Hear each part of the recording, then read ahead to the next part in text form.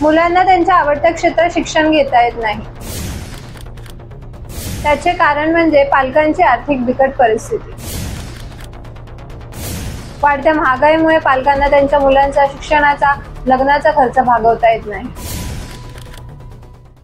यासाठी केंद्र सरकारने पेन्शन स्वरूपात एनपीएस वात्सल्य योजना सुरू केली। एनपीएस म्हणजे नॅशनल पेन्शन स्कीम, जी केंद्र सरकारच्या माध्यमातून राबवली जाते आणि हा एक उत्तम गुंतवणुकीचा पर्याय आहे। दिनांक 18 सप्टेंबर 2024 रोजी भारताच्या केंद्रीय वित्त मंत्री श्रीमती निर्मला सीतारामन यांनी एनपीएस वात्सल्य योजना लॉन्च केली। या व्हिडिओमध्ये आपण एनपीएस वात्सल्य योजना काय आहे, त्याचे उद्देश, फायदे, पात्रता, आवश्यक कागदपत्रे, अर्ज प्रक्रिया आणि त्याच्या पद्धती याबद्दलची डिटेल माहिती घेणार आहोत।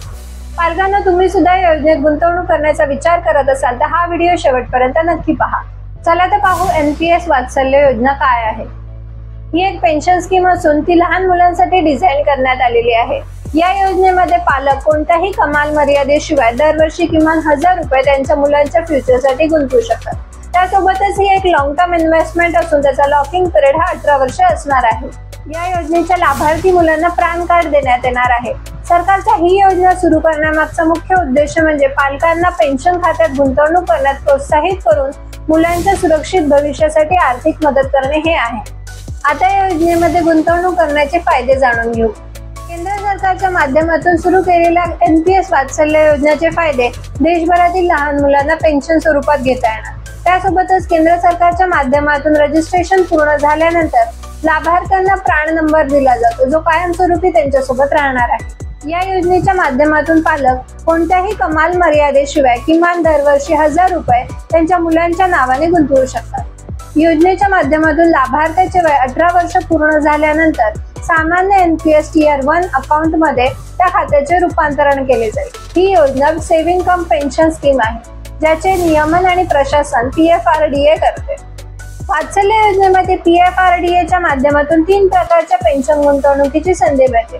त्यापैकी कोणतेही एक पालक त्यांच्या सोयीनुसार निवडू शकतात। गुंतवणुकीच्या या 3ही पर्यायांचे डिटेल्स तुम्ही व्हिडिओ पॉज करून इथे बघू शकता।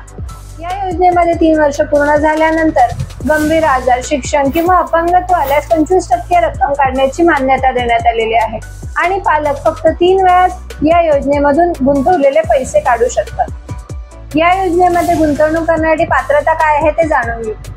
योजनेमध्ये सहभागी होणाऱ्या मुलांचे कुटुंब हे भारतीय असणे आवश्यक आहे। वात्सल्य योजना ही लहान मुलांसाठीच आहे। अर्ज करणारे पालक आपल्या 18 वर्षाखालील वयोगटातील मुलांसाठी या योजनेचा लाभ घेऊ शकतात। या योजनेमध्ये सहभागी होण्यासाठी लहान मुलांचे कागदपत्र नसल्यास कायदेशीर पालकांचे कागदपत्रे जमा करावे लागणार आहे।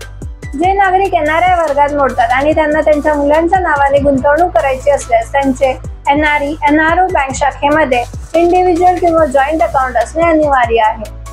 तसेच या योजनेमध्ये अर्ज करताना पालकांकडे आवश्यक असणारी सर्व कागदपत्रे असणे बंधनकारक आहे। या योजनेमध्ये अर्ज करण्यासाठी कोणकोणत्या डॉक्युमेंट्सची गरज लागणार आहे ते पुढे जाणून घेऊ।